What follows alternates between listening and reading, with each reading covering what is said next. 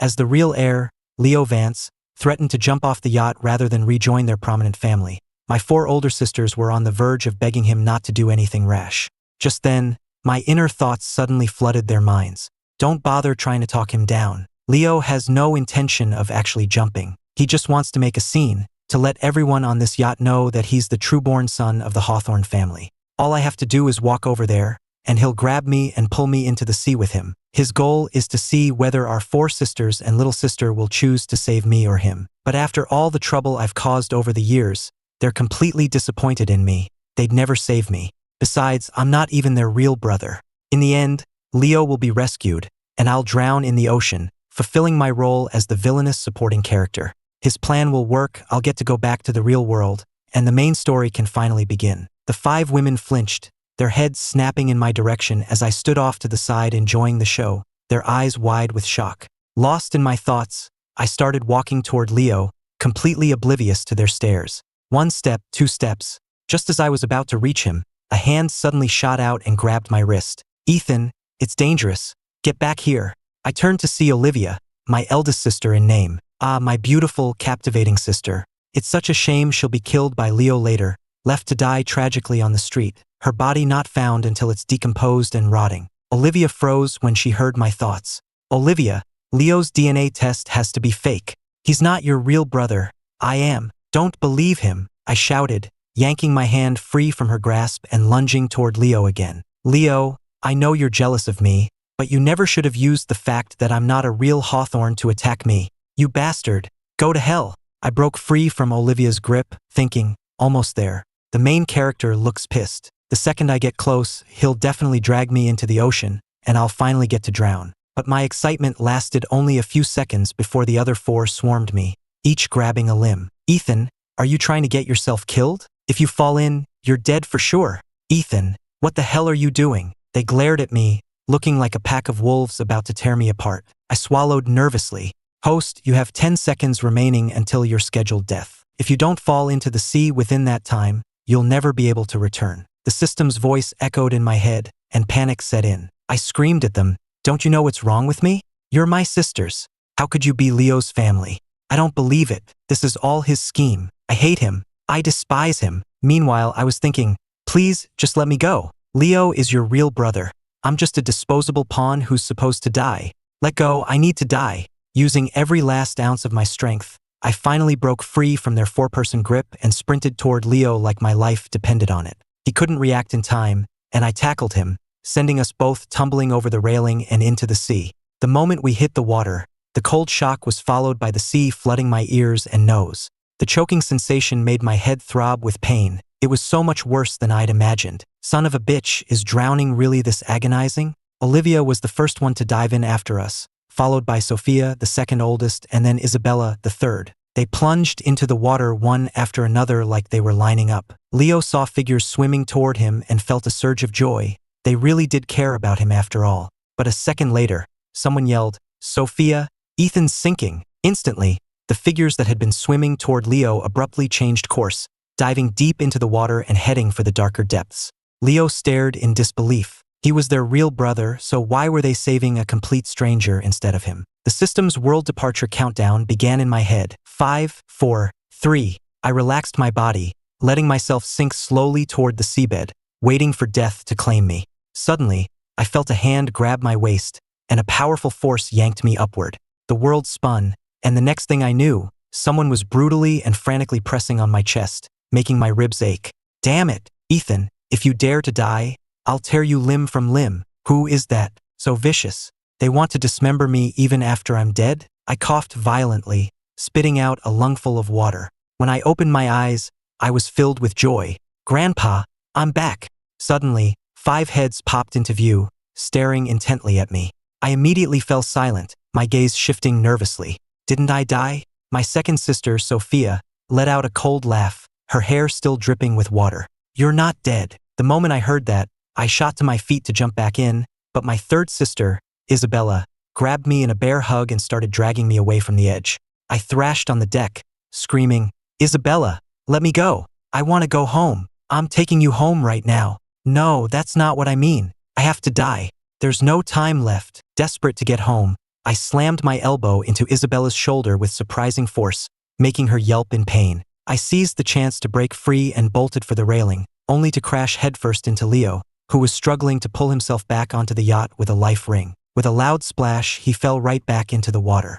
I was completely baffled. What the hell? Why isn't anyone saving the main character? I grabbed my fourth sister, Ava, who was standing closest and just watching, and flipped her over my shoulder into the sea. What are you gawking at? Save him. Ava reluctantly pulled Leo out of the water, and I breathed a sigh of relief. Okay, the main character is safe. Now it's my turn to die. With that thought, I leaped over the side. Before any of them could react, I was gone from the deck. But as soon as I jumped, an invisible force slammed me back onto the yacht. My head cracked against the deck, and everything went black. In my dream, I saw my parents, whom I hadn't seen in so long. We were all happily sitting around the dining table making pastries for Christmas. My grandpa even slipped me a card with some cash in it. We were laughing and talking. It was so warm and perfect. But soon, dark clouds gathered outside, thunder cracked, and the cozy scene turned terrifying as my mom, dad, and grandpa vanished. Dad, Mom, Grandpa. I shot up in bed, panting heavily. The room was familiar with its over-the-top, luxurious decor.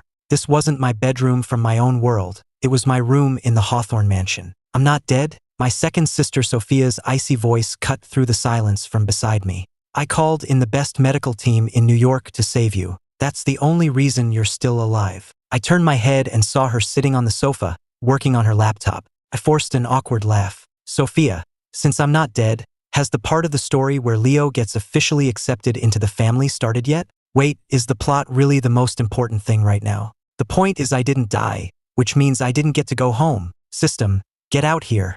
After what felt like an eternity, the system's voice finally chimed in weakly. Host, my sincerest apologies.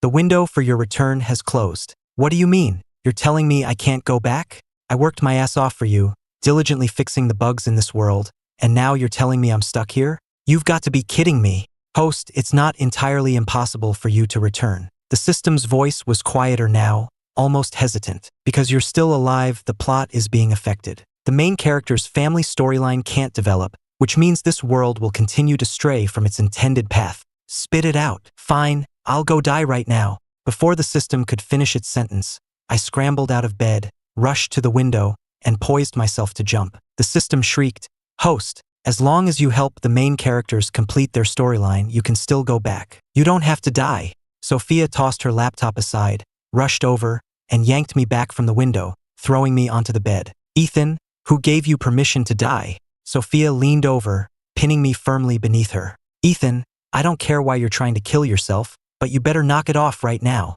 You think you can die without my permission? Not a chance. I was about to kick her off when her words left me stunned. Seriously, what is wrong with Sophia? What are these alpha female CEO lines? It's so cringy, and this position is way too weird. She's my sister. Sophia glanced down at our position, and the tips of her ears turned red. Just as she was about to climb off me, the door swung open. Sis, Leo is... Mia, my youngest sister, burst in and froze, seeing Sophia pinning me down. She immediately charged forward and kicked Sophia clean off me. Damn it, Mia, are you insane? Sophia yelled. Mia ignored her completely, turning to me with a worried expression. Ethan, are you okay? I shook my head. I'm fine. Mia's sparkling eyes are like a kitten's. She's so adorable. If I didn't know the plot, I'd be completely fooled by her act. She's a total wolf in sheep's clothing. In public, she's this cheerful, innocent girl, but in reality, her combat skills are off the charts. At her young age, she's already the leader of the Hawthorne family's secret security force, with plenty of blood on her hands. But even a powerhouse like her is eventually set up by the female lead, Serafina, and dies in a terrorist attack. Leo even breaks up with Serafina over it, leading to some major drama. Poor Mia is just a stepping stone for the main couple's angsty romance. As I thought about this, my expression toward Mia softened with pity. Her own face, however, grew darker. Just as she was about to speak, Sophia walked over, clutching her bruised side, and stopped her. What were you saying about Leo when you came in? Sophia asked. Mia swallowed whatever she was about to say and turned to Sophia. Leo ran away from home. My eyes lit up at the news. Is the plot finally starting? Leo runs away and saves Serafina. Even though Serafina is the female lead, she's completely twisted. She acts purely for revenge, regardless of the consequences, and ends up torturing Leo until his life is ruined, yet he's still devoted to her. In the end, they even get together. I'm actually curious to see what she looks like to have Leo so utterly captivated. I hurried them along. Sophia, Mia, you should go find Leo. Don't worry about me. They both shot me a suspicious glance before leaving my room, one after the other. Sophia, I think I heard. Quiet. Sophia cut her off. Let's just watch and see what happens. Mia fell silent. After getting myself together, I left the mansion alone, completely unaware that Sophia and Mia were tailing me. If I remembered correctly, Serafina was being chased right now. A dagger was about to be thrown at her, and just as it was about to pierce her chest, Leo was supposed to show up, save her, and kick off their romance. The scene was set to happen in a back alley in the Lower East Side. I took a cab there, and the moment I stepped out, a downpour started. I quickly opened the umbrella I was carrying. Good thing I knew it would be pouring when Leo and Serafina first met. I came prepared. Sophia and Mia, who had followed me without an umbrella, were instantly soaked to the bone. The storm's here. That means the female lead is about to be attacked. Leo will happen to pass by and save the day, and they'll fall for each other. I have to get a good spot to watch this classic, dramatic scene from the novel. Hey, you brat, stop right there, a rough male voice yelled from behind me. A moment later, someone bumped into me, sending my umbrella flying. The man chasing her trampled it into a mangled wreck without a second thought. That was a $10,000 designer umbrella I swiped from Olivia's car, and they just crushed it. I was instantly drenched and freezing. I looked toward the source of the chaos, a young woman running at full speed, who then ducked into a nearby alley. I froze. Is that her? The ridiculously twisted female lead, Serafina, the one who plays twisted games with the main character? I quickly followed, hiding at the mouth of the alley and peeking in to watch the show. Well, you're a fast runner, aren't you? The alley was a dead end, and Serafina was trapped. The dozen or so men cornering her pulled out clubs and knives, looking ready for a fight. If I remember right, these guys chasing Serafina are loan sharks she borrowed from to pay for her dad's medical bills. She originally borrowed $100,000, but with the insane interest, it ballooned to $1 million. How is a 19-year-old girl supposed to pay that back? It's tragic, really. There's a reason she was driven to become so unhinged. Even the most hateful people have a sob story. If she hadn't caused so many deaths later on, I'd actually feel pretty bad for her. Serafina heard a noise and frowned, her gaze flicking to the alley entrance, where she instantly spotted my head peeking around the corner. Shit, was she just looking at me? I thought I was well hidden. There's no way she saw me, right? I quickly ducked back behind the wall. As I did, my eyes caught a glimpse of Leo not far away, helping an old man pack up his fruit stand in the rain. He was calmly picking up fallen oranges and placing them in the back of the man's cart. What is Leo doing? Your soulmate is right there, and you're picking up oranges?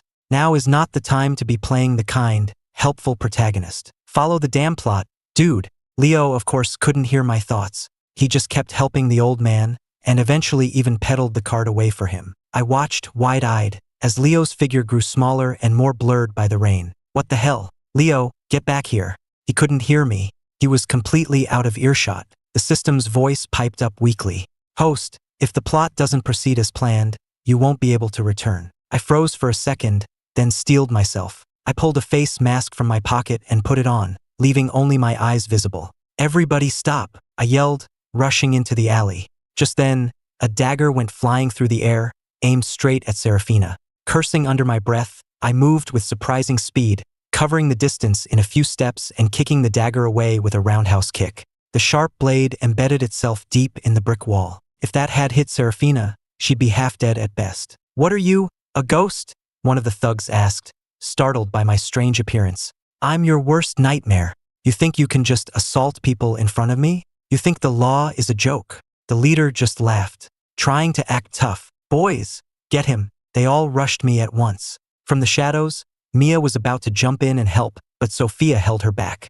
Ethan's always been unusually strong. He can handle a few thugs. He doesn't need you. Sophia was right. I was freakishly strong. It was the one and only cheat ability the system gave me when I entered this world. I remember complaining about how useless it was at the time, but I quickly learned just how valuable it could be. The thugs came at me aggressively. Serafina's face was grim, and just as she was about to shove me forward to act as a shield, I met them head-on. I threw a left hook, then a right. My technique was a chaotic mess, but every punch landed with brutal force. In a matter of seconds, all of them were on the ground, groaning in pain. I was cackling internally, but my face remained a cold mask as I glanced at the men writhing on the ground. Well, are you going to get lost or not? They scrambled to their feet and practically fell over each other trying to get out of the alley. Thank you, I heard Serafina say as I turned around. I had been so focused on the fight that I hadn't gotten a good look at her. Now that the tension was gone, I finally took a moment to study her.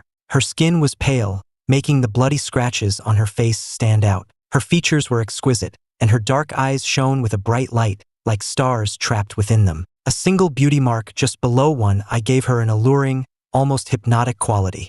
Wow, don't let her age fool you. She's got an amazing figure. Time to comfort the homeless, troubled young woman. Gotta establish my character. Serafina stared at the young man before her, the corner of her mouth twitching. What on earth was he talking about? I looked up at her. You're welcome. My name is Leo Vance. It's nice to meet you. Serafina shook my hand politely, smiling as she nodded. Hello, I'm Serafina Frost. Such a shame. A girl this beautiful is actually a twisted psycho. She's into some dark stuff, like choking the main character and watching him beg for mercy with tears in his eyes. Better to keep my distance from her. Hearing my thoughts, Serafina's eyes flickered, and her grip on my hand tightened. Sophia, Mia, what are you two doing here? I'm not going back with you, so stop following me. I panicked when I heard that voice and quickly dropped Serafina's hand. Holy crap, why did Leo circle back? And why are Sophia and Mia here too? Miss, I just remembered I have something urgent to take care of, so I've got to go, I said, keeping my head down as I bolted for the alley entrance. I was pretending to be Leo after all. If Serafina found out I wasn't him, the whole plot would go off the rails. Please don't let them see me, I prayed internally. Suddenly, a hand grabbed my arm. Ethan, I turned to meet Mia's innocent-looking eyes. I tried to pull her hand off. You've got the wrong person. I'm not your brother. But Mia held on tight, her expression deadly serious. I would never mistake you. You're my brother. You're Ethan. Panicked, I glanced back into the alley. It was empty. Serafina was gone. I breathed a sigh of relief. Haha, I can't believe you recognized me. You've got a sharp eye, I said, trying to laugh it off as I removed my mask. Soaked from the rain, I probably looked like a drowned rat. Sophia walked over, her expression cold, and held an umbrella over my head. Ethan, how can you enjoy everything that should have been mine with such a clear conscience? Leo suddenly appeared and slapped the umbrella out of Sophia's hand. The cold rain poured down on me again, making me shiver. I'm the real Hawthorne's son. If it weren't for you, all this wealth, all this affection, it all would have been mine. Now that I'm back, are you still going to compete with me? Leo said, tears streaming down his face as he spoke. If he hadn't been holding an umbrella, you'd think his tears were part of the storm. I was speechless. When the author created Serafina, they must have maxed out her beauty and intelligence stats. But for Leo, they must have maxed out his stupidity and love-crazed foolishness. What a cliché, brain-dead character. It's infuriating. I wasn't about to fall for his victim act. I gave him no quarter. First of all, I was also switched at birth, which makes me a victim too. Second, you're the one who said you didn't want to come back to the Hawthorne family, that you didn't want to be a young master, that you just wanted to be Leo Vance. You're the one who ran away. Have some self-awareness, will you? You want to have your cake and eat it too, demanding respect while also wanting the wealth. Every word out of your mouth reeks of manipulative bullshit. It's nauseating. Leo's face fell at my words. He looked at Sophia, his eyes filled with hurt. Sophia. He said her name with such cloying intimacy that it gave Sophia goosebumps. On one hand, there was me, the brother she'd known for almost 20 years. On the other, her actual biological brother. It was a difficult choice for her. Both of you, stop it. Let's just go home. Mason Croft's birthday party is tonight, and we promised we'd be there. Mason's birthday.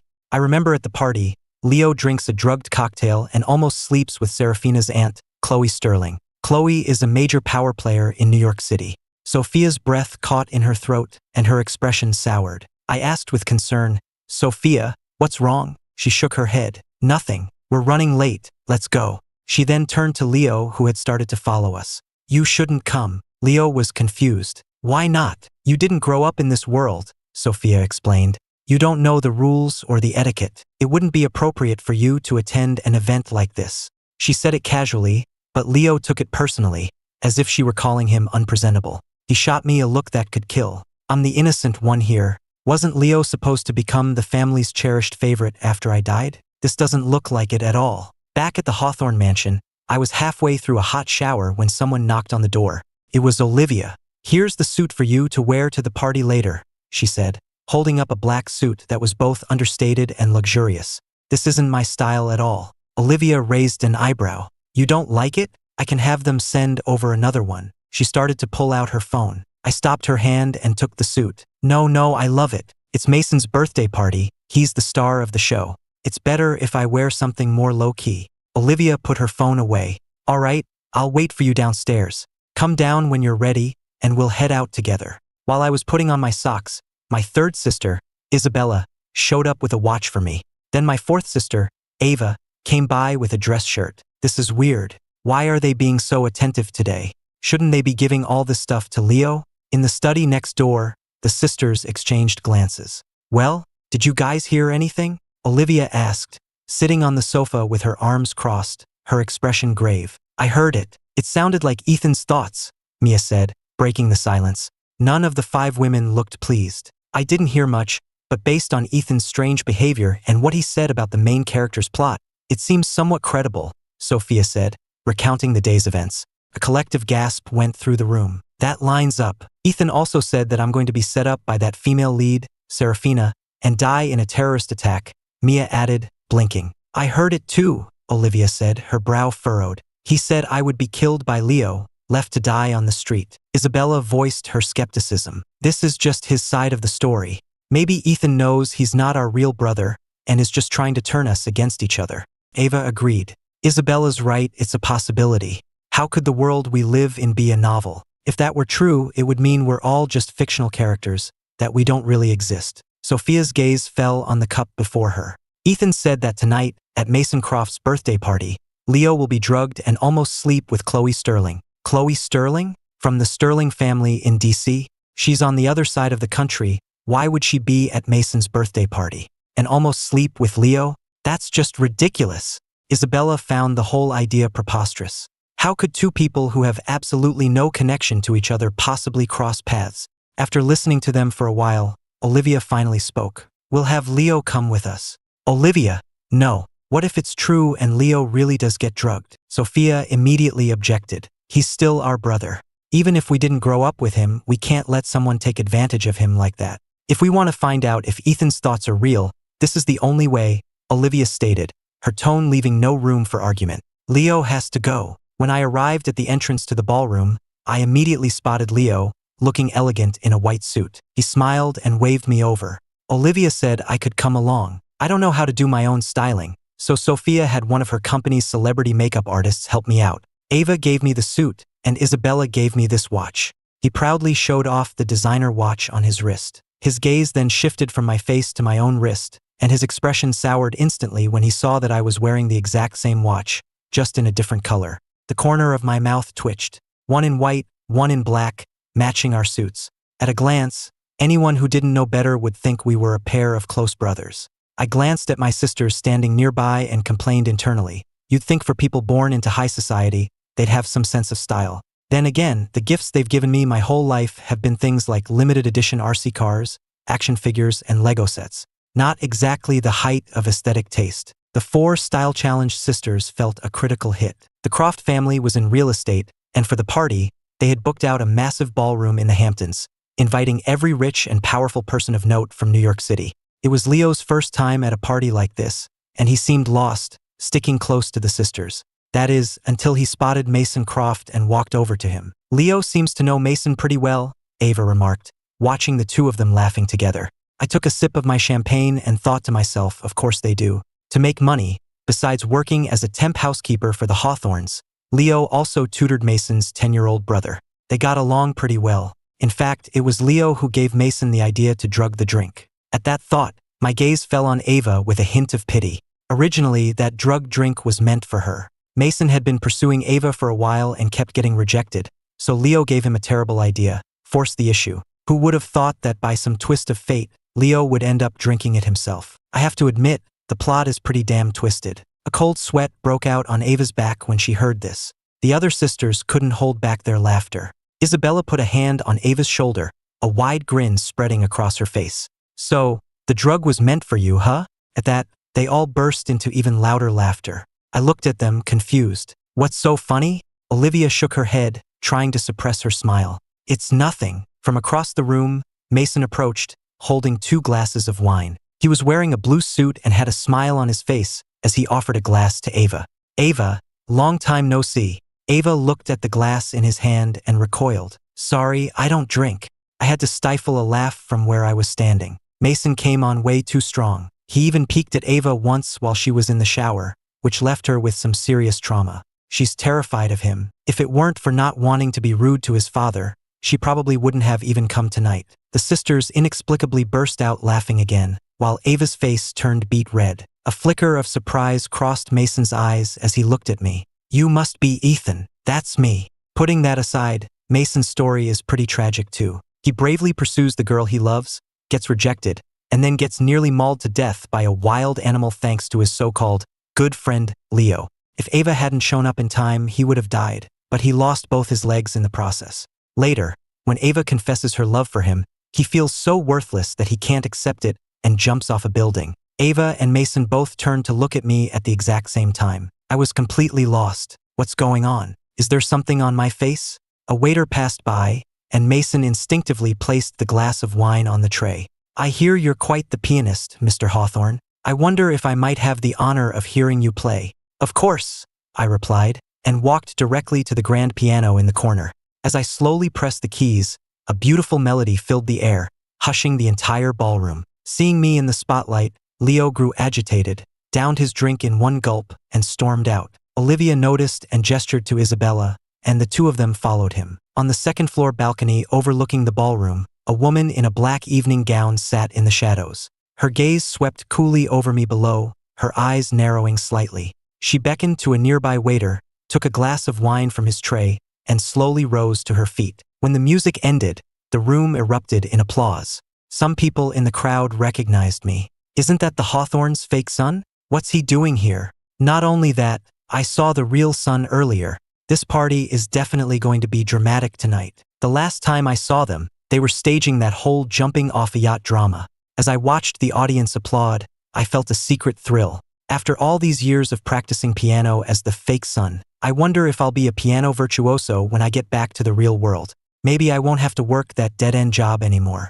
I was fantasizing about a future of worldwide concert tours as I stepped down from the stage, and in my distraction, I twisted my ankle. Just as I was about to fall, Mia shot forward and caught me. Ethan, are you okay? She asked. Mason rushed over, looking concerned. That looks badly swollen. Let's get you to a lounge. I'll go find a doctor. Mia then used all her strength to help me up to a private room on the second floor. It's nice having a sister who's such a die-hard fan. She's so soft and supportive. It's really comforting. Mia's face suddenly flushed, and she started walking a little faster. Seeing her blush, I asked curiously, Mia, why is your face so red? A blushing little sister is just too cute. Mia's face turned an even deeper shade of red. It's probably just hot in here. I'll go see if the doctor is here yet. She turned and practically fled, stumbling as she went. She closed the door behind her, leaving me alone in the room. Around this time, Leo should be getting together with Chloe. Hearing the thought, the woman in the room frowned and opened her eyes, her gaze landing on my back. The lights were off, and the only illumination came from the moonlight streaming through the window. Even though Chloe is Serafina's aunt, she's the one who suffers the most tragic fate. To test if Serafina still loves him, Leo agrees to marry Chloe, which makes Serafina hate her aunt with a burning passion. After Serafina takes over the family's power, she locks Chloe in a basement and tortures her day and night, refusing to let her die. It's an absolutely brutal end. Suddenly, a hand clamped down on my shoulder from behind and yanked me downward.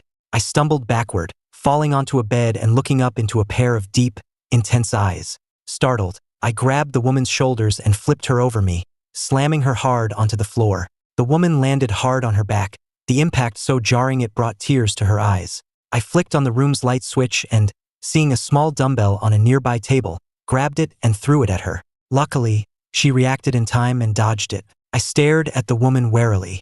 Who the hell are you? Why are you in here? She frowned, her brow furrowed. I should be asking you the same thing. Didn't you see the private sign on the door? I was speechless. Mia had been the one to bring me in here, and I hadn't noticed any sign. Realizing I was in the wrong, I lowered my head and tried to figure out how to escape this mess. Everyone at this party is rich and powerful. This woman has her own private lounge, so she must be a big deal. Even though I'm still technically a Hawthorne, I'm just the fake son. If I piss off someone important, the family definitely won't back me up. Looks like I'll have to get myself out of this one. My eyes darted around as my mind raced. Actually, I'm part of the cleaning staff here, I said. I was just checking to see if you needed anything, ma'am. The woman looked me up and down, her eyes filled with suspicion. I wasn't aware the cleaning staff wore designer suits.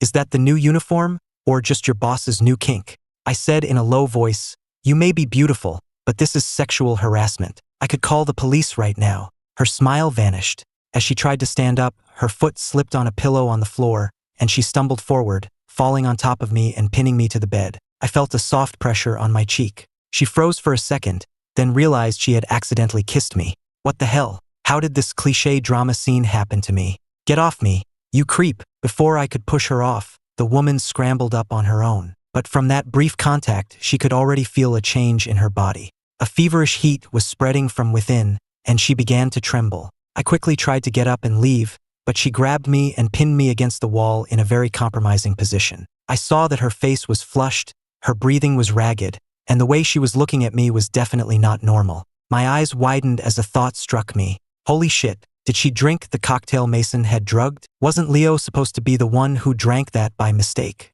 Ma'am, you need to calm down. Just then, we heard footsteps approaching outside. Afraid of being discovered, the woman quickly reached over and locked the door. Oh my God, I've been single for over 20 years. I can't lose my innocence like this. Even though she's gorgeous, I'm not that kind of guy.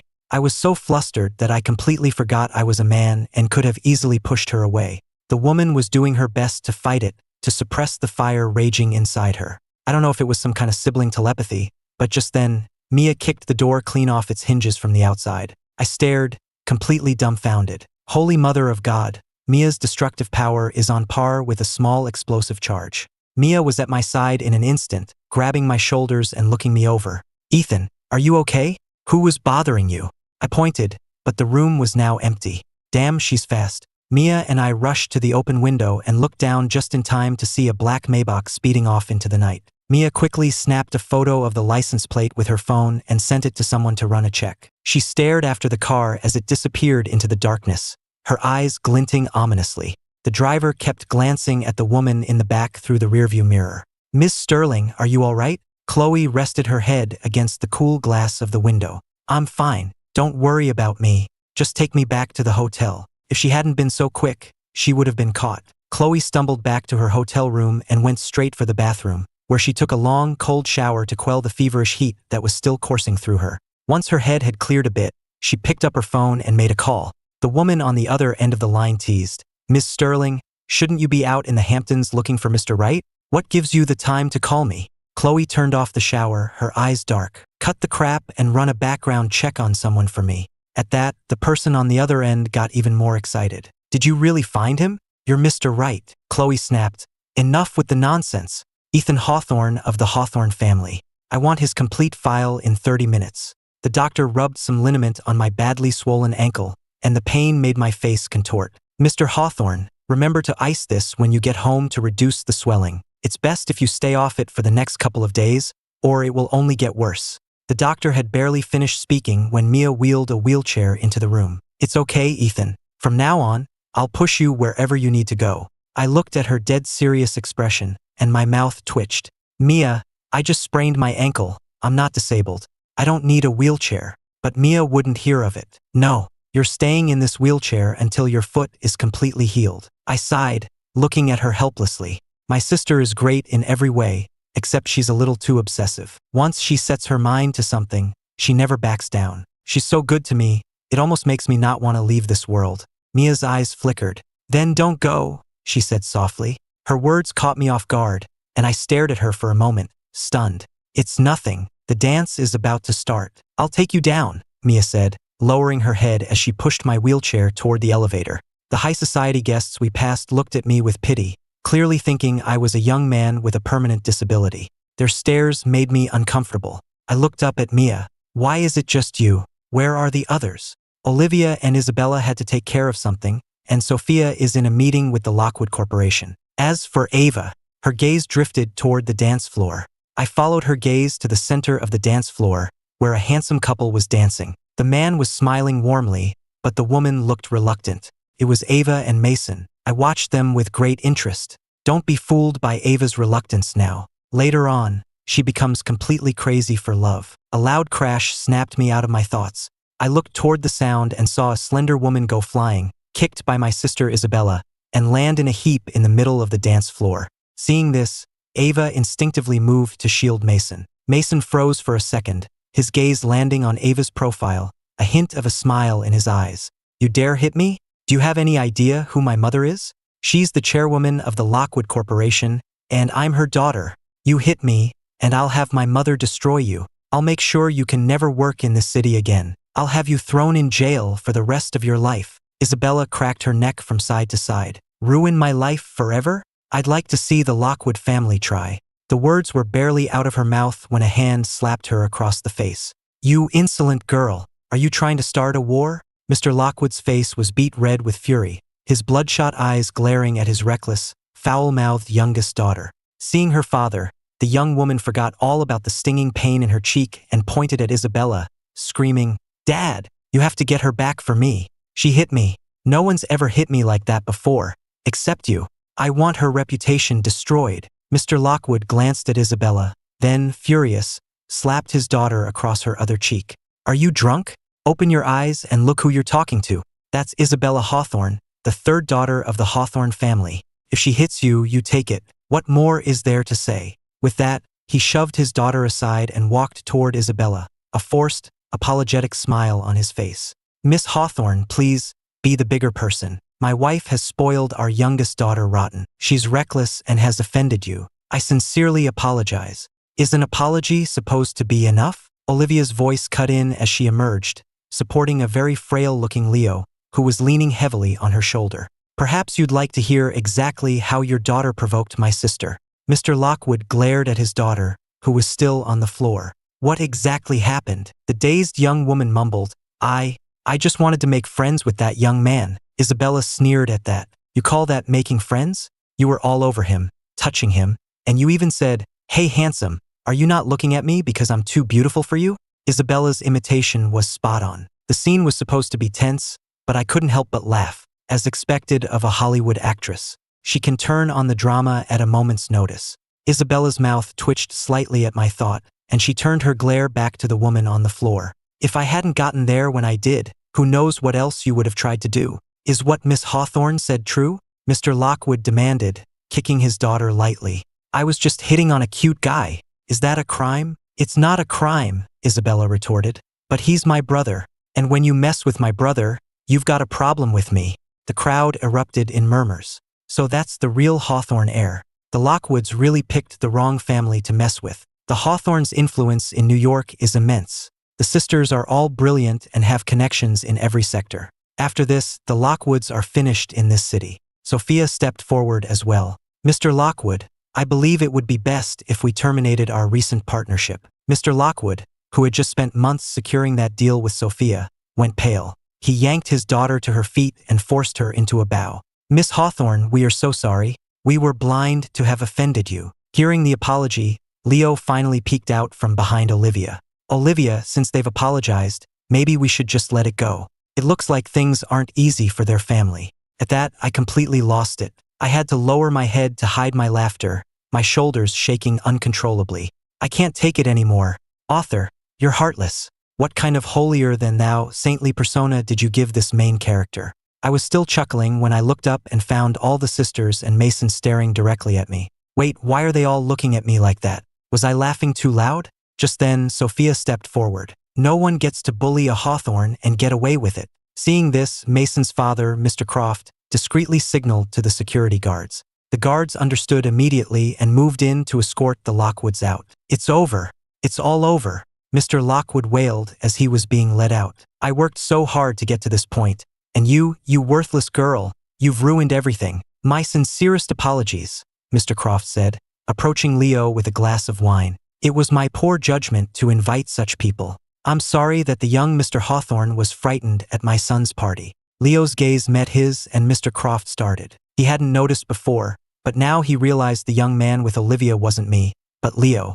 Seeing Mr. Croft's discomfort, Leo turned his head away, clearly showing that something was amiss between them. Olivia asked, feigning ignorance. Mr. Croft, do you know my brother? Mr. Croft quickly explained. Mr. Vance tutors my youngest son. Oh, I see, Olivia replied. This brother of ours was only recently found. He's been through a lot. He's had a very difficult life. At the mention of this, the sisters once again felt a pang of guilt toward Leo. I watched the heartwarming scene unfold, feeling a wave of emotion. Even though I didn't manage to die, at least Leo is making some progress. He's making the sisters feel pity and guilt, which means the family relationship storyline is getting back on track. I might be able to go home soon after all. Leo was clearly shaken and in no condition to stay at the party. Olivia exchanged a few more words with Mr. Croft and then prepared to take Leo home. By the way, Mr. Croft, she added, my third sister's profession is a bit public.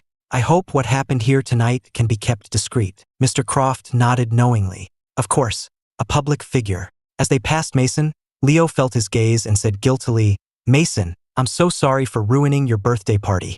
Mason smiled at him, but it was a smile that didn't reach his eyes. Don't worry about it. It's just a small party. Besides, you've helped me so much, haven't you? He put a strange emphasis on the word helped. Others might not have noticed, but Ava did. She shot Mason a strange look. Ethan, let's go, Mia said from behind me, pushing my wheelchair as we left. Back at the Hawthorne mansion, the lights in the living room were on. They had just stepped inside when they heard Mrs. Hawthorne's voice.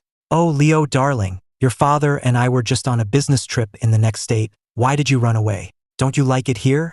Did we do something wrong? You can tell me, sweetheart. I'll fix it. Mrs. Hawthorne pulled Leo into a tight hug. He flinched, clearly unaccustomed to such physical affection. Olivia stepped in. Mom, you're scaring him. I'm just so excited to have you back. By the way, I heard you all went to Mason Croft's birthday party. Why are you home so early? At that, Isabella angrily recounted the entire evening's events. Hearing that her biological son had been bullied, Mrs. Hawthorne immediately looked him over from head to toe, only relaxing when she was sure he was unharmed. Then her brow furrowed.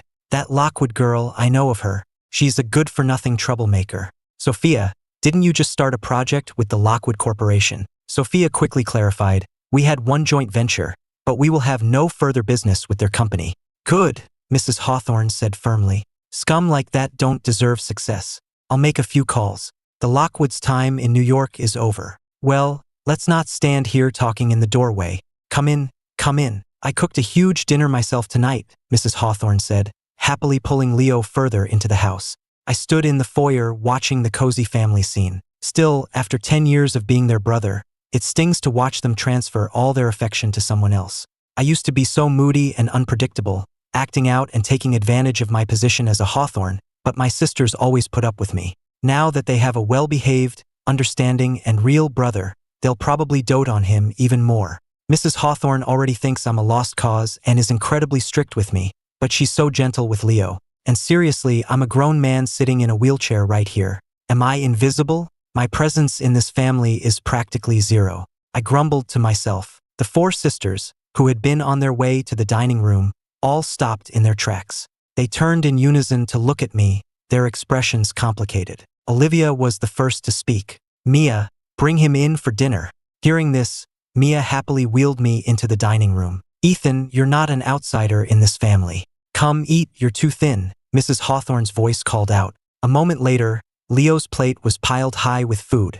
Mom, I can't eat all this, Leo said, shooting a provocative glance in my direction. I just rolled my eyes and focused on my own plate, completely unfazed. Mom, I think Ethan's been a little unhappy since I came back, Leo said, determined not to let me fade into the background.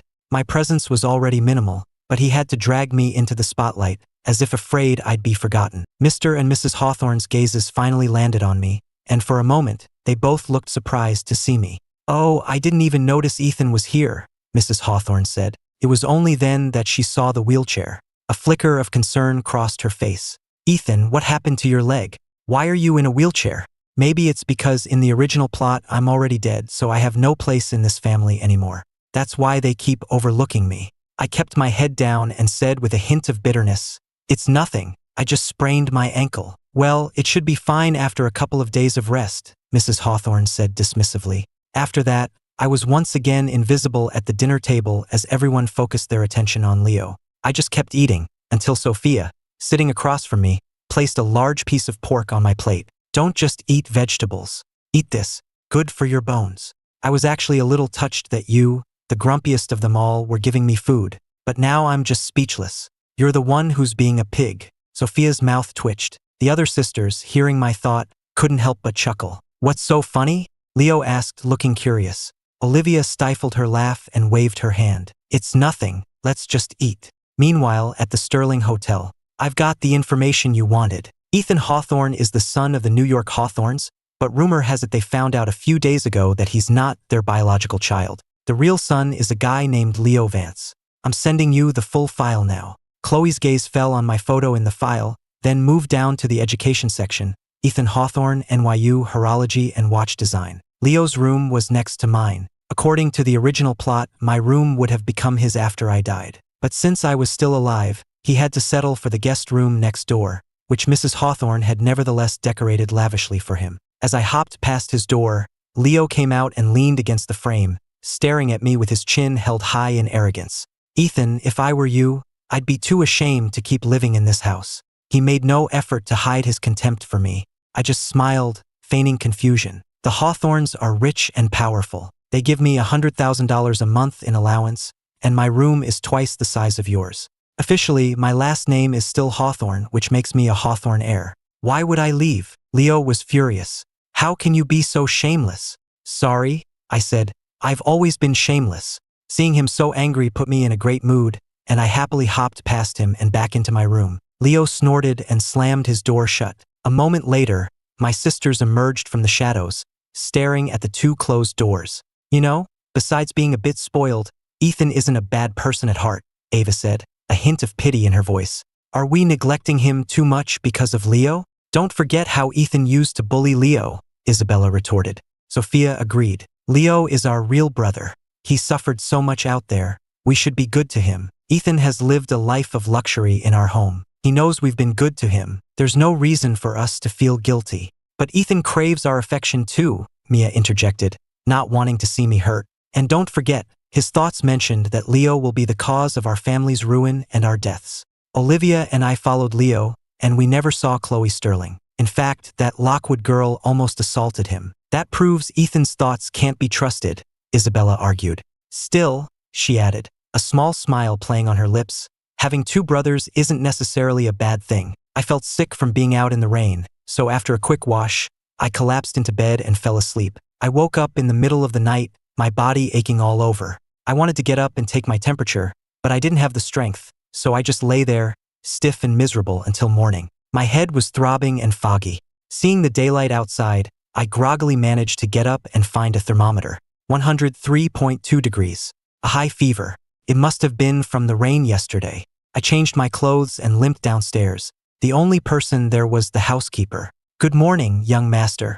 Would you like some breakfast? Even though I was the fake son, I still lived here, so the staff didn't dare disrespect me. No, thank you. Where is everyone? I asked casually. The housekeeper cleared her throat and said pointedly, the master and madam have taken young Mr. Vance to have his birth certificate officially amended. I paused in the middle of putting on my shoes. They're moving fast. The housekeeper seemed surprised by my calm reaction. She was probably expecting me to throw a fit like I used to whenever things didn't go my way. Well, I'm the fake son now. I don't have the right to be arrogant anymore. Working in a wealthy household, she was perceptive enough to know that I had fallen from grace. So, when I headed out the door, she didn't even ask where I was going. I took a cab to Mount Sinai Hospital. After an examination, the doctor prescribed some medication and put me on an 4-drip. I was so out of it from the fever that I barely felt the needle go in. I leaned against the wall, my eyes half closed, when I suddenly heard someone nearby yelp in pain. The voice sounded familiar. I opened my eyes and saw that the door to the room across the hall was ajar. Through the opening, I could see Chloe Sterling's beautiful, worried face, her brow furrowed in distress. My eyes shot open. The pervert. I don't know if it was just my imagination, but I think she heard me, because her eyes immediately flicked in my direction. Quickly looked down. She can't see me. The nurse came out after giving Chloe her shot, muttering to herself, I don't know why she's so scared of a little needle. The young man across the hall didn't even flinch. I didn't dare look up, afraid of the awkwardness if she recognized me. Suddenly, a pair of polished, expensive-looking high heels stopped in front of me. Mr. Janitor, Chloe's amused voice said from above me. We meet again. I knew she'd recognize me. I forced an awkward smile. What a coincidence, ma'am. You're sick too. She's not sick. She's worried about the side effects of that drug drink. Why else would someone with a fear of needles be getting a shot? Still, it's a hell of a coincidence running into her here. Yes, she said, sitting down next to me and fixing me with a playful, teasing stare. You assaulted me last night. I'm seriously injured. I didn't dare to say anything, and the atmosphere grew tense. The silence was broken when a nurse called out, Chloe Sterling, your prescription is ready. Remember to take it on schedule. Hearing the name, I froze for a second, then a realization hit me, and I whipped my head around to look at the woman beside me. She's Chloe Sterling? The woman from last night was Chloe? But then Leo wasn't with her. How did the plot go off track again? This is a complete mess. System, get out here. What the hell is going on? I looked calm on the outside, but inside, I was starting to panic. Chloe raised an eyebrow. A system? This kid has a system? The system responded to my call. Host, the very fact that you're still alive means the plot has deviated. That's why I'm telling you to work hard to push the main character's development forward and get the story back on track. Time is short and the mission is critical. I believe in you, host. And with that, the system went silent again, ignoring my frantic calls. Damn it, I cursed internally, only to find myself meeting Chloe's gaze. I wasn't calling you damn it, I quickly explained. Chloe is the second biggest psycho in this story, right after Serafina. To claw her way to the top of her family's empire, she did some terrible things, including orchestrating the car accident that left her own sister paralyzed and bedridden. She took over the family business in her early 20s. Her methods are ruthless. If I get on her bad side, I'm finished. Chloe's gaze on me was filled with a strange mix of curiosity and longing. It sent a shiver down my spine. Why are you staring at me? No reason. Just admiring how handsome you are, she said. Seeing my fear seemed to amuse her, and a small smile played on her lips. She's calling me handsome? Don't tell me she's fallen for me at first sight. As if I'd uncovered some terrible secret, I scooted a few feet away from her. The smile on Chloe's face froze. We sat in silence for what felt like an eternity until my bag was finally empty. The second the nurse removed the needle, I shot up, ready to get away from this whole situation. Chloe stood up and followed me. Murder! The doctor is a murderer! Someone screamed, and a crowd quickly formed. I was about to walk around it, but then I caught a glimpse of my eldest sister, Olivia, in the middle of the commotion. A man was grabbing her arm and screaming in her face. This is the doctor who killed my wife. It was her. I want you to pay with your life. Sir, please calm down, another doctor next to Olivia said, trying to pull the man's hand off her arm. We're on our way to an emergency surgery right now. If you have a problem, you can discuss it after Dr. Hawthorne is out of the operating room. This only seemed to enrage the man further. I don't care. I want an explanation right now. I brought my wife all the way to New York for this surgery, and she died on your table. How am I supposed to go on? You're a murderer. He glared at Olivia and raised his fist to strike her. Olivia could have dodged that, but she just stood there and took the punch. Blood trickled from the corner of her mouth, but she didn't even make a sound. Seeing the scene unfold, I quickly scanned my memory for this part of the plot. I remember now. This man's wife had severe heart failure. Their local hospital didn't have the equipment or expertise for the surgery, so they came all the way to New York specifically for Olivia. But during the operation, the patient had a sudden brain hemorrhage, and despite working all night, the surgeons couldn't save her. Olivia felt guilty about it for a long time. In a minute, Leo is going to show up and take a knife for Olivia, which will rapidly strengthen their sibling bond. Olivia's ear twitched, and her gaze shifted to where I stood on the edge of the crowd. She pressed her lips together, her expression unreadable. This is a hospital. My sister is a doctor who saves lives. How could she possibly be a murderer? I heard Leo's voice before I saw him. He pushed his way through the crowd and stood protectively in front of Olivia. He was a good half-foot shorter than the man, but he tilted his head back and stared him down with wide, righteous eyes. Olivia was surprised to see Leo, and she remembered my thought about him taking a knife for her. Leo, what are you doing here? Olivia, I know you didn't kill anyone. There must be a misunderstanding. Don't worry, I've already called the police. I won't let him hurt you. I squinted, craning my neck to get a better view of the drama. But the crowd was packed so tightly that I couldn't see the main character's big heroic moment. With my injured ankle, I looked ridiculous trying to stand on my tiptoes. Chloe saw me and couldn't help but smile. You killed my wife. I'll make you pay, the man screamed, pulling a small knife from his pocket and lunging at Olivia. He had originally brought the knife for himself, but hearing Leo say the police were on their way, he decided to go for broke and take her down with him. Hearing the commotion, I didn't care that Chloe was still with me. I just stared, my heart pounding. Olivia, having anticipated the knife, immediately shoved Leo out of the way to protect him. Olivia, look out! But even though she had pushed him a good 10 feet away, Leo rushed back just as the knife came down, throwing his arms around Olivia. The blade sank deep into his right side, and blood instantly blossomed across his white suit, a shocking splash of red. Mr. and Mrs. Hawthorne arrived just in time to witness the horrific scene. Leo! Mrs. Hawthorne screamed, shoving aside the stunned man who had just stabbed her son. She was heartbroken at the sight of the blood pouring from his wound. I'm sorry, I didn't mean to, the man stammered, staring at the bloody knife in his hand in a state of shock. He didn't know what had just happened. His mind was a complete blank. Watching this, I once again marveled at the power of the main character's plot armor. If that knife had been just an inch to the side, it would have hit his kidney. Olivia, who had been terrified for Leo, let out a small sigh of relief when she heard my thought. The police arrived quickly and took the assailant into custody. Leo was rushed into surgery. Outside the operating room, Mrs. Hawthorne cried in her husband's arms. We just got him back, and now he's been so badly hurt. It's all my fault. I'm the one who insisted he come for a checkup today. Mr. Hawthorne's brow was furrowed with worry, but he gently patted his wife's back and tried to comfort her. He'll be all right, darling. Leo will be fine. Olivia leaned against the wall, listening to her parents and staring down at the dried blood on her hands, a complex mix of emotions swirling inside her. She had known it was coming. She had been prepared. She had even pushed Leo out of the way, so why did he still jump in front of her to take that knife? Mom, Dad, Olivia, how is he? Sophia rushed in, looking disheveled, a few strands of her perfectly styled hair falling across her forehead. She had been in a business meeting nearby and had come running the moment she heard what had happened to Leo. Olivia shook her head. He's still in surgery.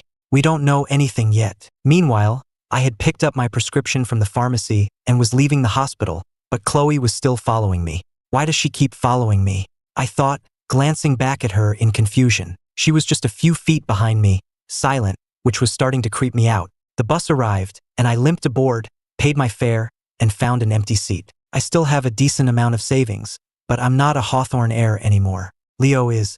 I need to start being more frugal, especially with college expenses coming up. I had just sat down when I saw Chloe get on the bus behind me. She fumbled in her purse for a moment, but couldn't find her phone or any cash, only a credit card. Lady, can you hurry it up? I need to get on, an older woman behind her grumbled.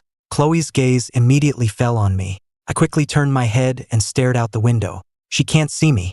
Ethan, I don't have my phone or any cash, she said. I'm speechless. How does she know my name? She actually ran a background check on me. What a psycho. I don't want to get involved with this woman. Who knows how I'll end up dead. Besides, she's supposed to be obsessed with Leo, not me. Seeing that I was ignoring her, and hearing my internal insults, Chloe felt her cheeks flush with embarrassment. With the people behind her getting impatient, she was about to get off the bus. But then the woman behind her decided to play matchmaker. Young man, you can fight with your girlfriend on your own time, but don't hold up the rest of us, okay? I'm in a hurry to get home and make lunch for my grandson. It's just a couple of bucks. Just pay for your girlfriend. Another passenger chimed in. Yeah, whatever your problem is, sort it out at home. Don't waste everyone's time. The more they chimed in, the bigger my headache grew. Finally, I couldn't stand it anymore. I got up, paid Chloe's fare, and shot a look at the older woman. Ma'am, I'm not her boyfriend. Just consider it a donation to charity. But the second I paid, the old woman swooped in and took my seat. She placed her grocery basket at her feet and smiled up at me. Sorry, young man. I'm old, and my legs aren't what they used to be. By now, there were no empty seats left on the bus. My ankle was throbbing, I was dizzy from my fever, and the ride home was over an hour. There was no way I could stand for that long. Ma'am, my boyfriend was sitting there. Have you no shame? Chloe's voice cut in before I could say a word. The woman was taken aback by her harsh tone. Who are you calling shameless? Don't you know you're supposed to respect your elders? Besides, the young man said he doesn't even know you, so why are you butting in? We just had a fight, that's all, Chloe said, casually draping her arm around my shoulders. I tried to pull away, but she just held on tighter. The woman's face turned red with anger. I don't care. I sat down first, so the seat is mine. Well, that's certainly classless of you, Chloe said, looking at the woman with open disgust. I couldn't help but laugh. What did I do to deserve this? a powerful CEO arguing with an old lady over a bus seat. The other passengers started murmuring and pointing at the woman, clearly disapproving of her actions. Embarrassed, the woman finally stood up, grabbing her grocery basket. I quickly sat down, and the relief to my injured ankle was immediate. I leaned over to Chloe and whispered, "Thanks. This Chloe isn't much like the one in the book. She's actually pretty helpful." Hearing my thought, Chloe's lips curved into a small smile. "You're welcome. Consider it repayment for the bus fare." The bus pulled up to the next stop, and a huge crowd of people got on, quickly filling the bus to capacity. Chloe looked uncomfortable in the crowd, trying to avoid touching anyone, and she shuffled closer to me.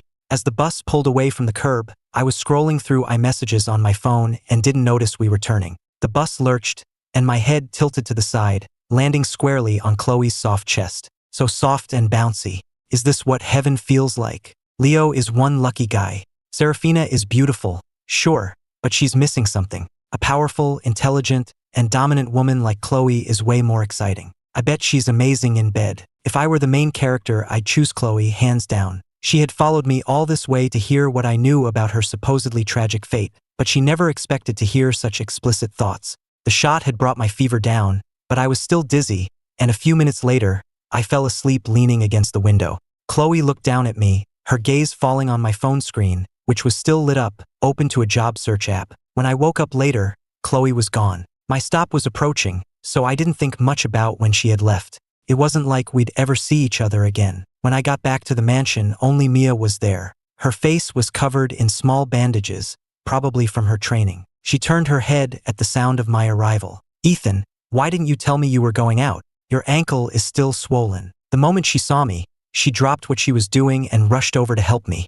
"It's just a sprain, I'm fine." Leo, on the other hand, got stabbed and is in surgery. "You silly girl, why are you always so worried about me? You should be trying to get on Leo's good side. If you don't, you'll die even sooner." Mia's brow furrowed at my thought, and her gaze fell to the bag of medication in my hand. A look of concern filled her eyes. "Why do you have medicine? What's wrong? I'll take you to a doctor." "It's fine," I said. "It's just a fever. I already got a shot." Mia looked alarmed. "A fever? That's serious." In this entire fictional world, Mia is the only one who truly cares about me. When I first arrived here, I was living at the Hawthorne estate, completely lost and confused. All I wanted was to go home, so one night, I ran off into the mountains behind the estate. The Hawthorns are so powerful because they have their hands in everything, and that mountain is where they secretly train their elite security force. Mia grew up there. That day, she was being hazed by some of the other trainees and was on the verge of death. I was the one who saved her,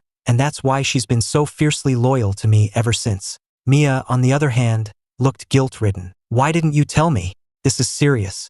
If you had just called, I would have come right back and taken you to the hospital. You shouldn't have had to go get a shot and medicine all by yourself. I'll be sure to tell you next time, okay?" I promised. Mia looked displeased. "There shouldn't be a next time for getting sick." Just then, Sophia walked in. "Maria, make some chicken soup. I'm taking it to the hospital for Leo," Sophia said as she entered. Then she saw Mia. "Leo's been hurt. You're coming with me to the hospital to see him." I couldn't help but roll my eyes. You can tell right away who she really cares about. Sophia didn't even notice the medicine in my hand, let alone the fact that I'm standing right here. We've been brother and sisters for 10 years.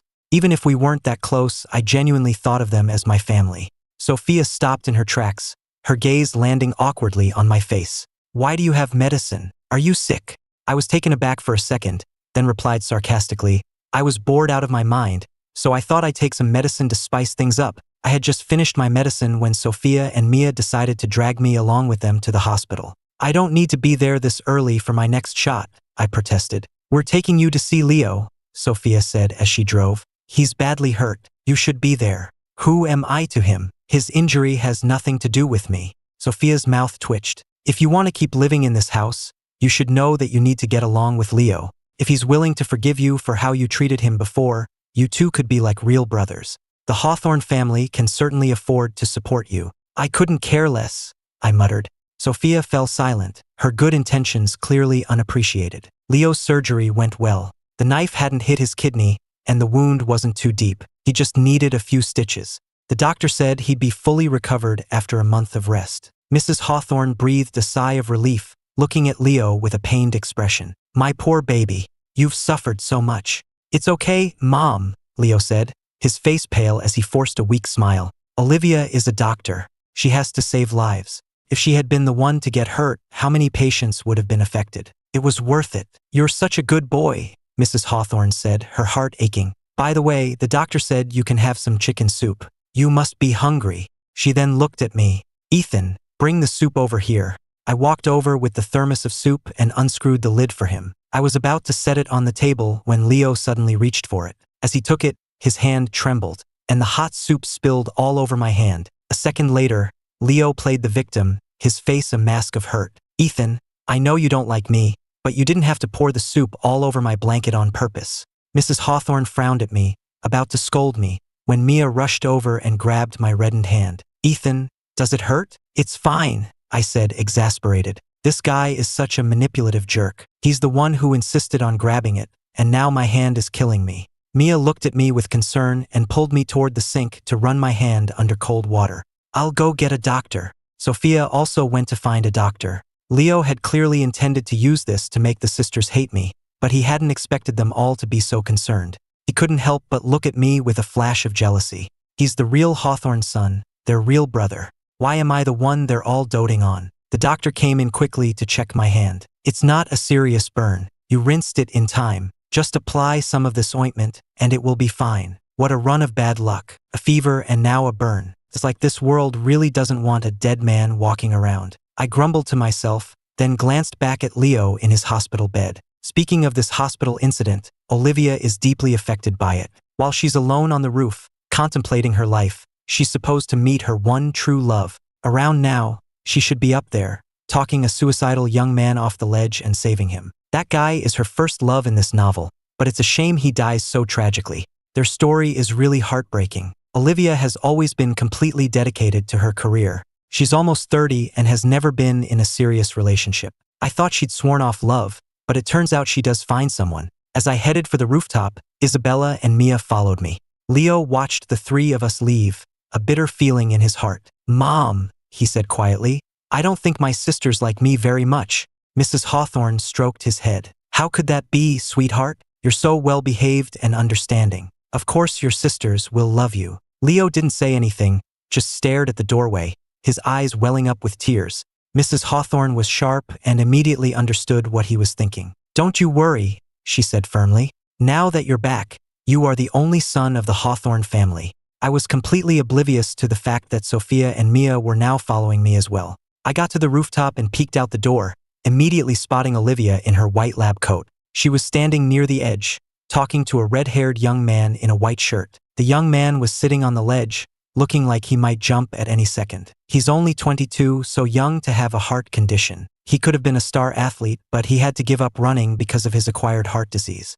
Olivia was in the middle of trying to talk the young man down when she suddenly heard my voice. She glanced over her shoulder, and I quickly ducked back behind the door. That was close. She almost saw me. Olivia's mouth twitched. I've already been discovered. Knowing that the young man's despair was due to his heart condition gave her an idea of how to get him down. Sir, she said, her voice gentle, I'm the head of cardiac surgery at this hospital, so I know a lot about heart conditions. You must have just been diagnosed, right? Can I see your chart? Heart disease isn't a death sentence. You're so young, and you haven't even tried treatment yet. Why would you give up so easily? The young man looked at her timidly, clutching his medical chart. I don't have money for treatment. Money isn't the issue, Olivia said calmly. You can start a GoFundMe. I can even help you write it to get people to donate for your treatment. Just come down from there, and we can talk about it in detail. Olivia held out her hand to him. She was beautiful, with a kind and gentle face that was instantly trustworthy. The young man glanced down at the street far below, and the height made his legs tremble. He looked back at Olivia and decided to trust her. Just as he was about to move, his phone started ringing. He glanced at the screen, and all the color drained from his face. The phone continued to ring, demanding to be answered. When he answered, the sound of clacking tiles came through the speaker, followed by a woman's nonchalant voice. I heard from your coach you won some prize money at your last meet, a few $1,000s. I'm in the middle of a poker game and I'm out of cash. Wire some over to me. I raise. The young man's eyes stung with tears. Mom, I don't have any money. What do you mean you don't have any money? Where did that prize money go? I asked your coach, you just got it yesterday. Liam, I'm warning you, Don't you dare waste that money on expensive sneakers like your friends do.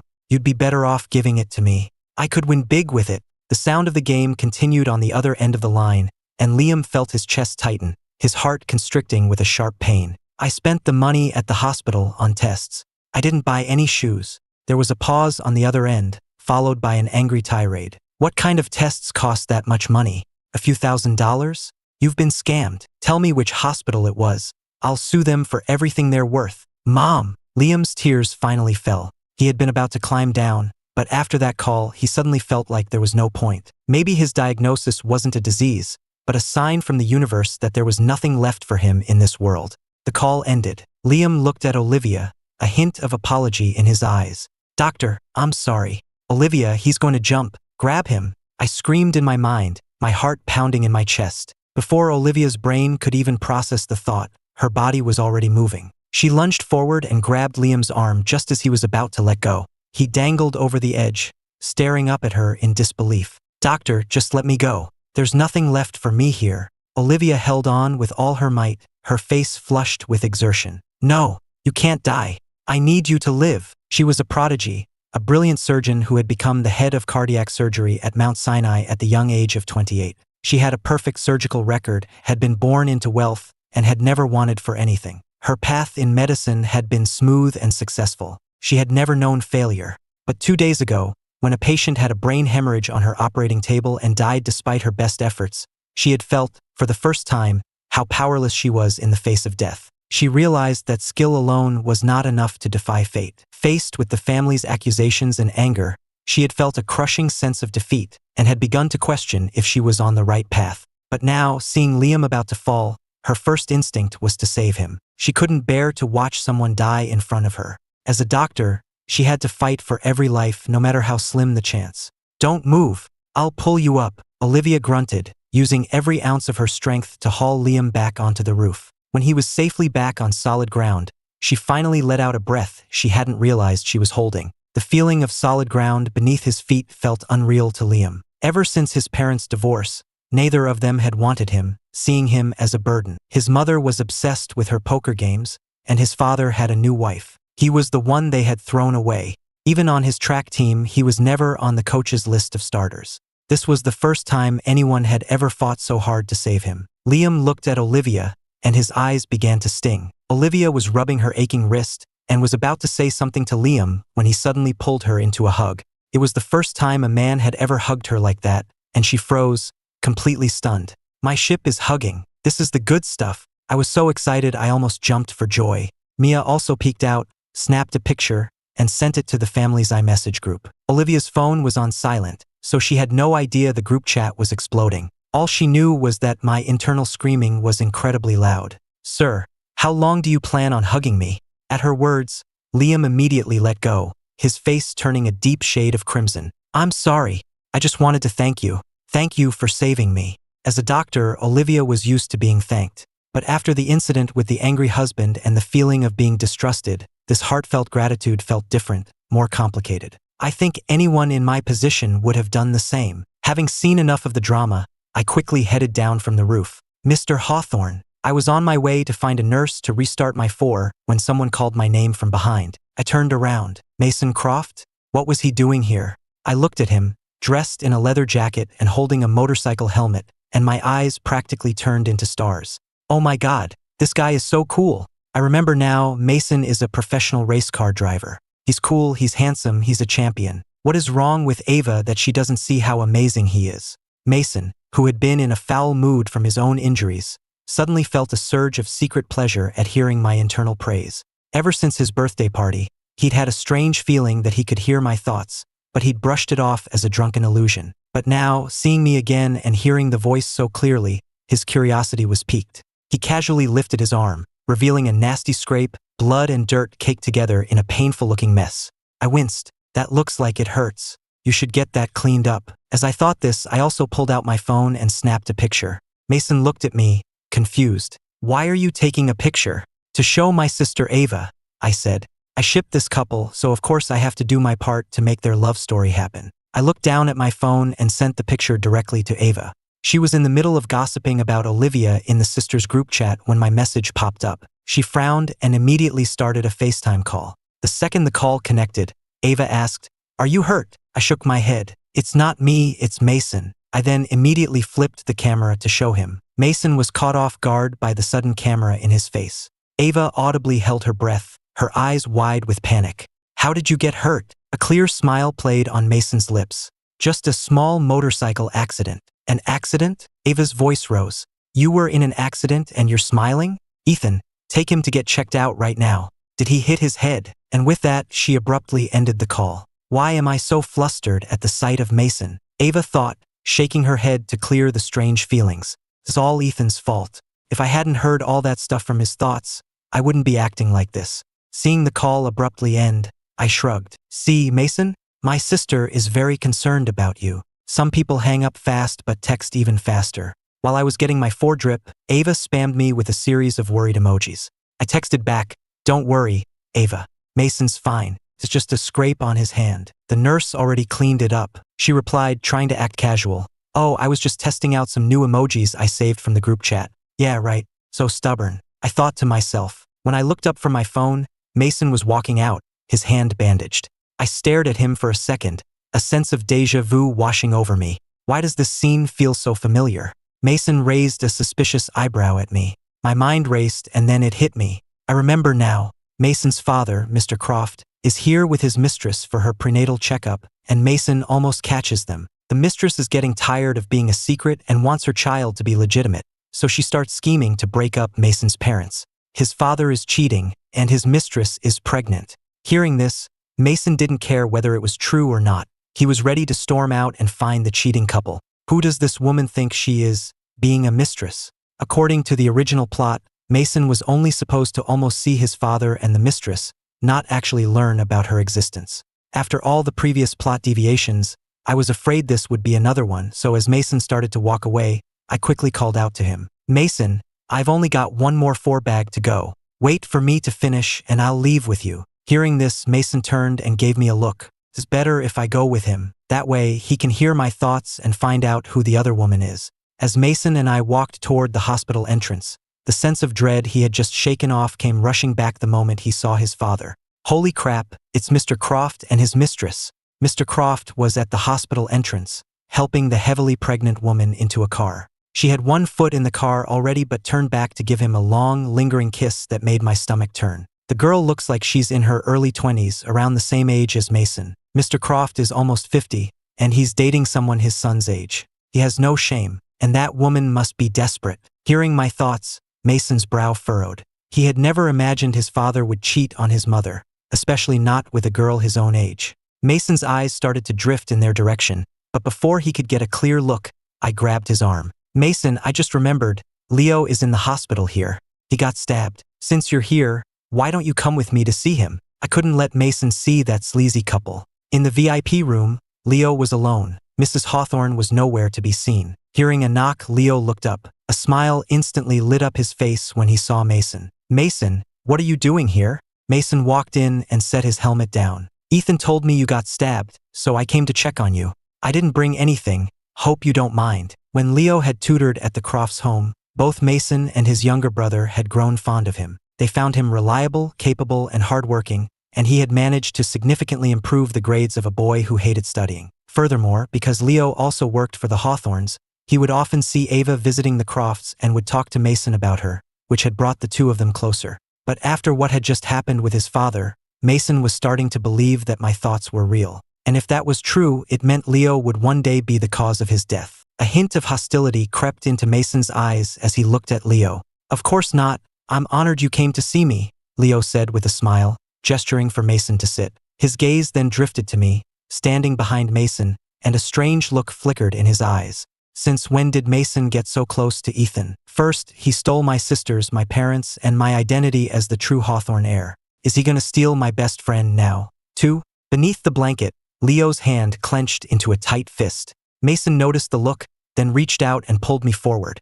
"Now that you're back with the Hawthorns, you're a proper heir. You don't need to come tutor anymore." Hearing this, Leo looked hurt. "Mason, did I do something wrong? Are you firing me?" Mason used to fall for this act, but now it just made him feel sick to his stomach. "You're a Hawthorne heir now," Mason said coolly. The Hawthorns are much wealthier than the Crofts. I imagine you're not interested in a low-paying tutoring job anymore. Tears welled up in Leo's eyes. It's not about the money. I can do it for free. Your brother's grades have finally started to improve. If I stop now, what if they drop again? He talks as if the kid can't learn without him. Don't get so full of yourself. Anyone can be a tutor? Who do you think you are? I was always number 1 in our school, and you were always number 2. Tutoring a grade schooler doesn't make you some kind of genius. I grumbled internally. A small smile played on Mason's lips. I remember Sophia mentioning that you were top of your class all through school. Ethan, why don't you tutor my brother instead? I was stunned. I could feel Leo's gaze on me, sharp as a knife. Well, it's getting late. We should go. You get some rest, Mason said. Before Leo could respond, Mason was already pulling me out of the room. We hadn't taken 2 steps before we heard shouting from nearby. What treatment? We don't have money for treatment. Let's go. You're coming home with me. Liam's mother had somehow found her way to the hospital and was now trying to drag him away by force. Mom, I'll die if I don't get treatment. Liam pleaded, refusing to move and looking back at Olivia for help. Olivia stepped forward, gently removing the woman's hand from her son's arm. Ma'am, Liam has a serious heart condition. If he isn't hospitalized for treatment, his life could be in danger at any moment. The woman just snorted. I recognize you. You're the doctor who killed that patient in surgery. It's all over the news. You're a quack. My Liam can't have a heart condition. He's been healthy his whole life. With that, she tried to get around Olivia to grab Liam again. Let's go. We're going home. But Olivia blocked her path, and she couldn't get anywhere near her son. I'm warning you, this is between me and my son. Stay out of it. Olivia kept Liam behind her. His condition was diagnosed after a full battery of tests. It's not something we made up. If you continue to cause a disturbance, I will call security. Go ahead, call them. Even if Liam is sick, I don't have money to pay for it. If you try to force us to pay, that's fraud, and I'll be the one calling the police on you.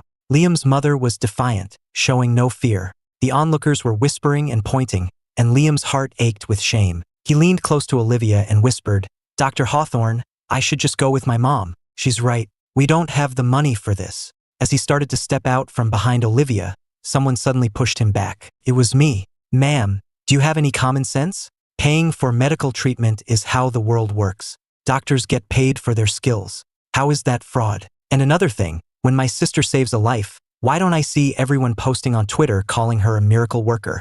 I couldn't just stand by and watch anymore, so I stepped in. This woman is infuriating. Liam finds a donor heart and has a chance to live, but she tries to sell the matched organ for money, which is what ultimately leads to his death in the original story. Olivia looked down at me as I stood in front of her, her expression complex and grave. Liam's mother was so stunned by my outburst that all she could do was point at me and stammer, You, this is a hospital, not your living room. Stop causing a scene. You don't have to worry about paying for Liam's treatment. My sister said she would take care of it, and she will. But if you try to take him out of here again, I will call the police and tell them you're trying to murder your own son for money by denying him medical care. Let's see if they arrest you then. Sure enough, the threat of calling the police terrified her.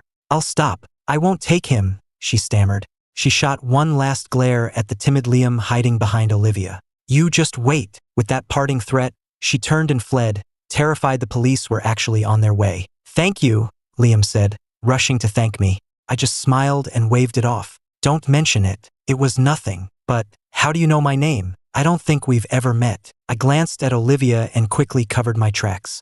My sister mentioned you. Olivia gave a small, weary smile. The kid couldn't even lie convincingly. He's my brother, she explained to Liam. Don't worry, I'll talk to security and make sure your mother can't get in. You just focus on getting better. We'll find a donor heart for you, and then we can schedule the surgery. Liam's eyes crinkled at the corners, and his smile lit up his whole face. Thank you, Dr. Hawthorne. I watched them, my heart filled with a strange warmth. They made such a good couple. Miss Hawthorne, Mason said, walking over and greeting Olivia. She glanced at him. Ava isn't here. I'm not looking for Ava. I've actually taken a liking to Ethan. Can he stay at my place tonight? Olivia frowned. No, he has his own home. Why would he stay with you? Mason smirked. Your home isn't really Ethan's home, is it? Your real brother is Leo. Ethan is, at best, your family's foster son. As Mason led me away, he shot a final, provocative glance back at Olivia. After that day at the hospital, everything started to veer off course in a strange way. Although Leo continued to play the part of the gentle, kind-hearted true heir, he noticed a subtle shift in the sisters' attitude toward him. Their unconditional guilt and affection were replaced by a hint of scrutiny and distance. And I, the fake son who should have been pushed to the margins, had somehow become the secret focus of their attention. That night, my recurring fever woke me from another nightmare.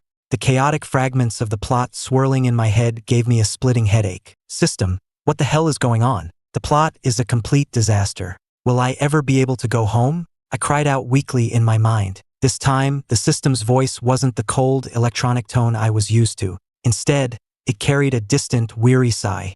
Host, perhaps it is time I was honest with you. I am not a system in the traditional sense.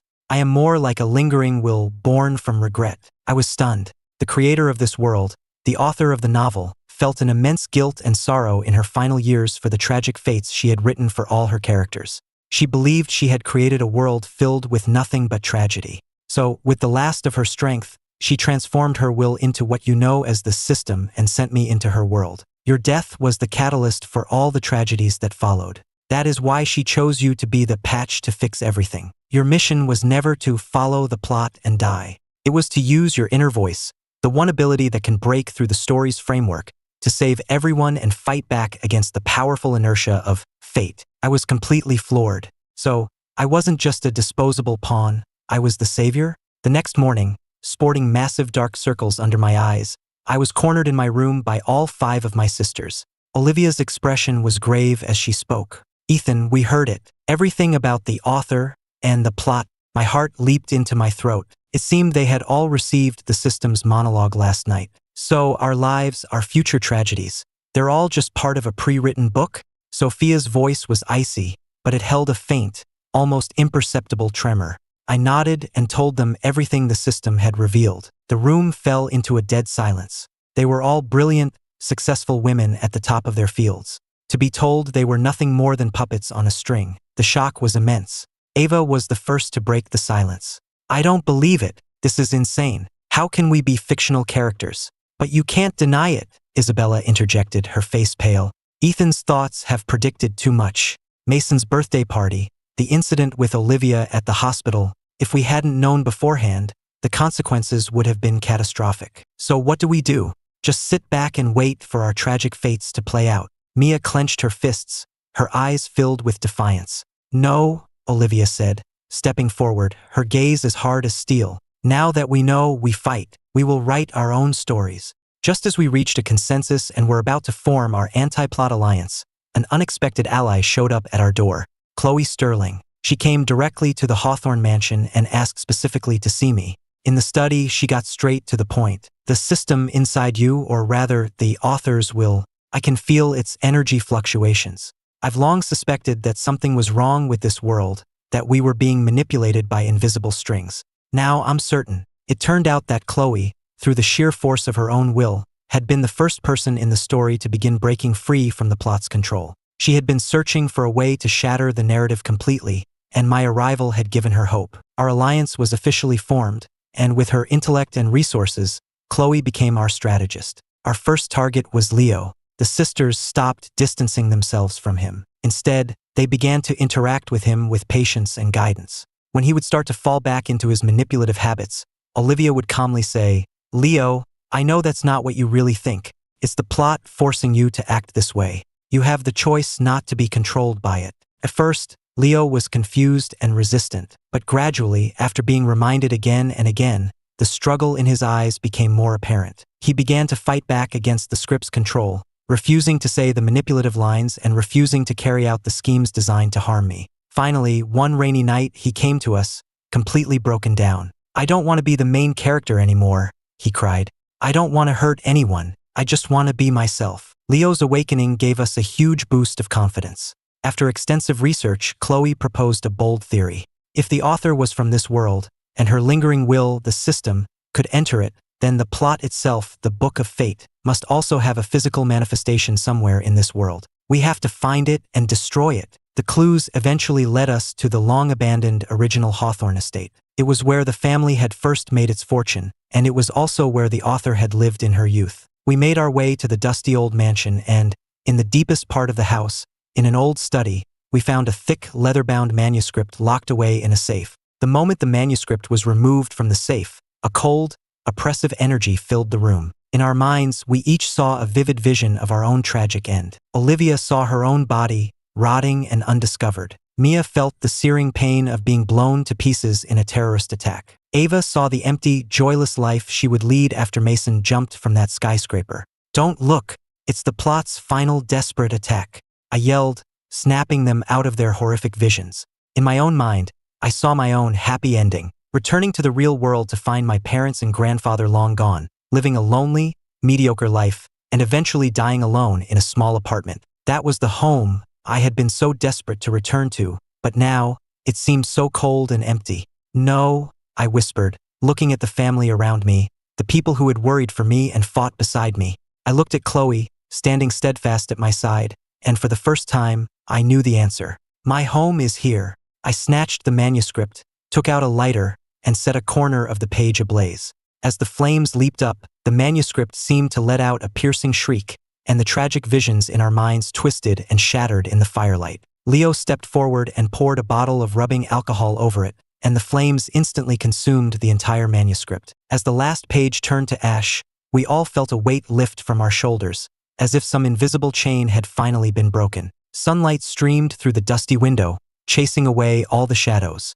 The world was finally free. A few months later, Leo turned down the Hawthorne inheritance and chose to study abroad, determined to find a life that was truly his own. Olivia and Liam's relationship blossomed. She funded his heart surgery, and he became her staunchest supporter.